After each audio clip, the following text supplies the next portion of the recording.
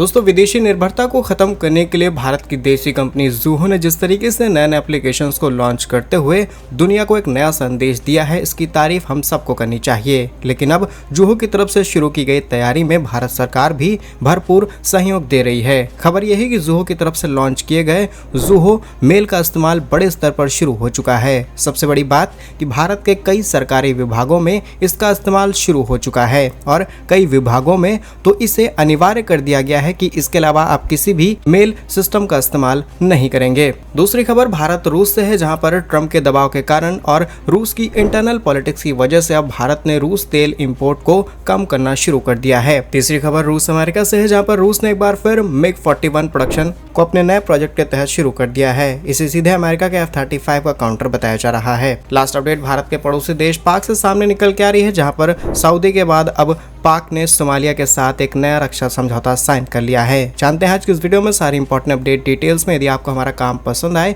Video को like, channel को subscribe जरूर कीजिएगा, क्योंकि आपका छोटा सा काम आप तक ये खबरें लाने में हमारी बड़ी मदद करता है। तो सबसे पहली खबर देश की स्वदेशी कंपनी ज़ूहो की तरफ से आ रही है, जहां पर कुछ दिनों पहले ज़ूहो ने आर्टाई नाम के एक चैटिंग एप्लीकेशन को लॉन्च किया। ये application same to same WhatsApp जैसा था, लेकिन ये स्वदेशी रूप से भारत के अंदर तैयार किया गया और देश के अंदर जम करके इसकी चर्चा हुई। बड़े बड़े बिजनेसमैन ने इसकी चर्चा की और देश के अंदर इसे इस्तेमाल भी किया जाने लगा है। ये बात भी सही है कि इस एप्लीकेशन में कुछ दिक्कतें आ रही हैं, लेकिन समय के साथ इनका समाधान निकाला जाएगा। उसके बाद एक और झटका देती है ज़ूहो, जहां पर ज़ूहो AI वाला एक वानी ऐप लॉन्च कर देती है, जिसमें छोटे बिजनेसेस को सीधे फायदा मिल सकता है और वहां पर वो अपने पूरे बिजनेस को डिजिटल फॉर्मेट में देख सकते हैं। और अब ज़ूहो मेल से आ रही बड़ी खबर है, जहां पर ज़ूहो मेल इन दिनों भारत में जीमेल को टक्कर देने के लिए एक मजबूत विकल्प बन करके उभरा है। खासतौर पर जितने भी छोटे व्यवसाय हैं, उनकी प्राइवेसी को ध्यान में रखते हुए ये फैसिलिटी हमारे लिए इंपॉर्टेंट हो जाती है। और आपने जब भी गूगल और तमाम सर्विसेज लेने की कोशिश की होगी, तब आपसे परमिशंस ले दी जाती हैं। वहां पर आपकी प्राइवेसी से छेड़छाड़ की जाती है, या फिर कहा जाए कि आपका डेटा दूसरी कंपनीज को बेचा जाता है, तब उनके बेसिस पर आपको एडवर्टाइजमेंट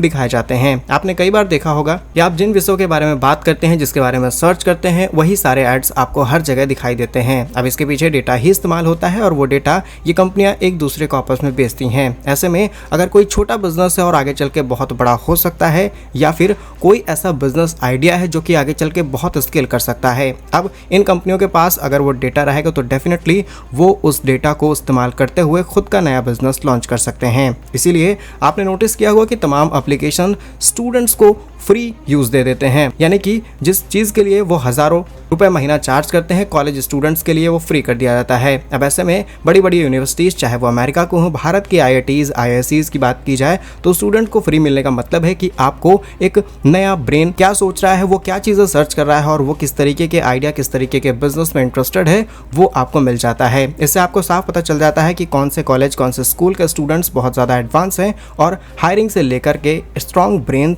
सिलेक्ट करने में दिक्कत नहीं आती। कई बार ऐसे आइडियाज स्टूडेंट वहां पर सर्च करते हैं और वो चीजें डायरेक्टली इन कंपनीज को पता चल जाती है और तुरंत जाकर के वो उसके राइट्स ले लेते हैं। ऐसे में जिसका ओरिजिनल आइडिया था उसे कुछ नहीं मिल पाता, क्योंकि जब वो रजिस्ट्रेशन के लिए जाएगा तब ऑलरेडी कोई ना कोई उसके राइट्स ले चुका होगा। बाकी कई लोगों को लगता है कि कंपनी अपनी मेंबरशिप फ्री में स्टूडेंट्स को दे रही है, तो इसके पीछे प्रमोशन है। प्रमोशन नहीं, ये सिर्फ और सिर्फ बिजनेस है। ऐसे में देशी एप्लीकेशन का होना जरूरी है, ताकि देश का डेटा देश के अंदर रह पाए, और ज़ूहो मेल ने इस काम को बहुत अच्छे तरीके से शुरू किया है। अगर हम ज़ूहो मेल की कुछ इंपॉर्टेंट डिटेल्स आपको बताएं, उसके बाद हम आपको बताएंगे कि देश के अंदर ज़ूहो मेल को लेकर के क्या तैयारियां हैं। तो ज़ूहो मेल एक पूरी तरीके से एडवर्टाइजमेंट फ्री है। यहाँ पर किसी भी व्यक्तिगत डेटा को स्कैन नहीं किया जाता है, जबकि जीमेल आपके ईमेल्स टारगेटिंग के लिए स्कैन करता है। प्राइवेसी की दृष्टि से ज़ूहो मेल को प्राथमिकता दी जा रही है। दूसरा, ज़ूहो मेल बिजनेस यूजर्स को अपनी custom domain email 5 free user और बेसिक प्लान सिर्फ 59 रुपीज पर यूजर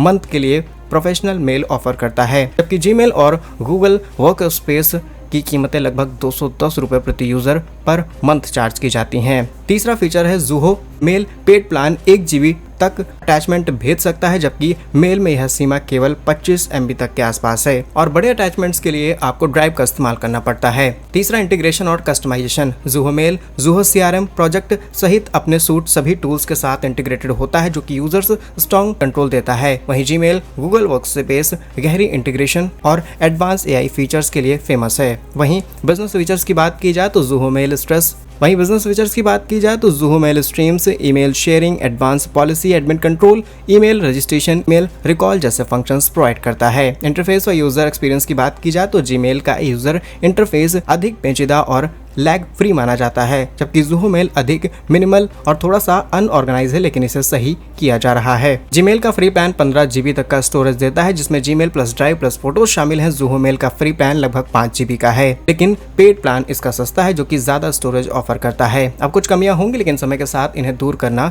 जरूरी है। लेकिन देश के अंदर ज़ूहो मेल को बड़े स्केल पर एक्सेप्ट किया जा रहा है। कई सरकारी विभागों ने भारत में गूगल मेल की जगह ज़ूहो मेल का इस्तेमाल उसी दिन से शुरू कर दिया है। कुछ विभागों ने तो अनिवार्य कर दिया है कि सिर्फ ज़ूहो मेल का इस्तेमाल किया जाएगा। ऐसे में बाहरी ऐप्स और तकनीक के बजाय लोग देशी तकनीक को अपने देश के अंदर आगे बढ़ा रहे हैं और इस नई दिशा में काम कर रहे हैं। लेकिन बहुत सारे लोग ऐसे हैं जो कि जीमेल को ज़ूहो पर शिफ्ट करना चाहते हैं, लेकिन वे डर रहे हैं कि कहीं उनका पुराना मेल तो डिलीट नहीं हो जाएगा। लेकिन अच्छी बात यह है कि आप ज़ूहो मेल पर शिफ्ट कर सकते हैं डायरेक्टली अपने पुराने मेल से। अब इसके लिए अलग अलग प्रोसेस हैं, आप चाहे तो इंटरनेट पर देख करके ये सारी चीज सीख सकते हैं। बाकी ये भारत की बड़ी तैयारी है। पश्चिमी देशों को टक्कर देने की भारत ने आखिरकार शुरुआत कर दी है। बड़े बड़े जॉइंट जैसे कि गूगल, एप्पल, मेटा जैसे प्लेयर्स को हम आगे चल के टक्कर देंगे, लेकिन दे पाएंगे या नहीं, इस पर भी सवाल खड़ा होता है, क्योंकि पश्चिमी देश हमें रोकने की पूरी कोशिश जरूर करेंगे और हो सकता है कंपनी के इन फीचर्स को खरीदने की कोशिश किया जाए या फिर इनके आईपीज को लेकर के भारत पर सवाल या फिर केस तक किया जा सकता है, क्योंकि बहुत सारे फीचर्स जब सिमिलर हो जाते हैं तब कंपनियां अपने प्रमोशन के लिए इस तरीके की हरकत करती हैं। देखते हैं कि पश्चिमी देश कितनी ताकत लगाते हैं भारत को इस उभरते हुए सीन से गिराने के लिए। फिलहाल भारत किसी भी मामले में झुकने वाला नहीं है। फिलहाल क्या आप भी इस बात को मानते हैं कि पश्चिमी देश टांग अड़ाएंगे या फिर नहीं? कमेंट्स में अपनी राय जरूर बताइएगा। नेक्स्ट इंपॉर्टेंट अपडेट भारत और रूस से सामने निकल के आ रही है, जहां पर दोनों देशों के बीच कच्चे तेल का इंपोर्ट घट चुका है। जी हां, वही तेल जिसकी वजह से भारत पर एडिशनल पेनल्टी 25% टैरिफ लगा है, वहां पर भारत ने तेल इंपोर्ट कम करना शुरू कर दिया है। लेकिन रूस अब भी भारत का सबसे बड़ा ऑयल सप्लायर बना हुआ है। यह बदलाव मुख्य रूप से अमेरिका के द्वारा लगाए गए टैरिफ के बाद देखने को मिला है, क्योंकि भारत अमेरिका के साथ कई बार बातचीत कर चुका है नए ट्रेड डील को लेकर के, लेकिन ट्रंप नहीं मान रहे। आंकड़ों की बात की जाए तो सितंबर 2025 में भारत के कच्चे तेल आयात में रूसी हिस्सेदारी लगभग 33.9% रही, जबकि अप्रैल 2025 में यह 40% थी। सितंबर में भारत ने रूस से प्रतिदिन 16 लाख बैरल तेल आयात कराया है, जो कि साल के पहले 9 महीने में 17.6 लाख बैरल था, यानी कि करीब 1,60,000 बैरल कम भारत ने तेल इंपोर्ट कराया।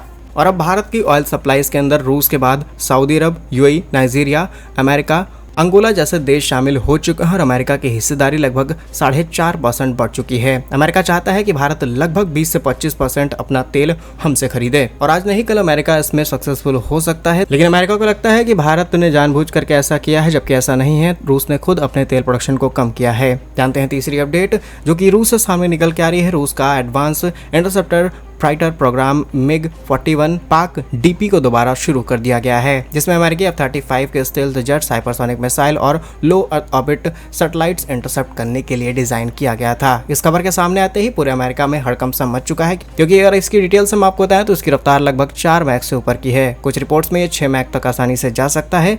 लगभग 5000 किलोमीटर की इसकी रेंज है, 12,500 मीटर तक की सर्विस सीलिंग है। ऑपरेशनल एरिया बेहद डाइवर्स है और इसके अंदर भी रूस ने अपने L-51 इंजन का इस्तेमाल किया है। बाकी F-35 को टक्कर देने में रूस से बढ़कर के कोई आज के समय काम नहीं कर रहा। क्या कुछ सोचते हैं आप इन सभी खबरों पर? कमेंट्स में अपनी राय जरूर बताइए। भारत कैसे ही वीडियोस पाने के लिए वीडियो को लाइक, चैनल को सब्सक्राइब जरूर कीजिए। वंदे मातरम, भारत माता की जय।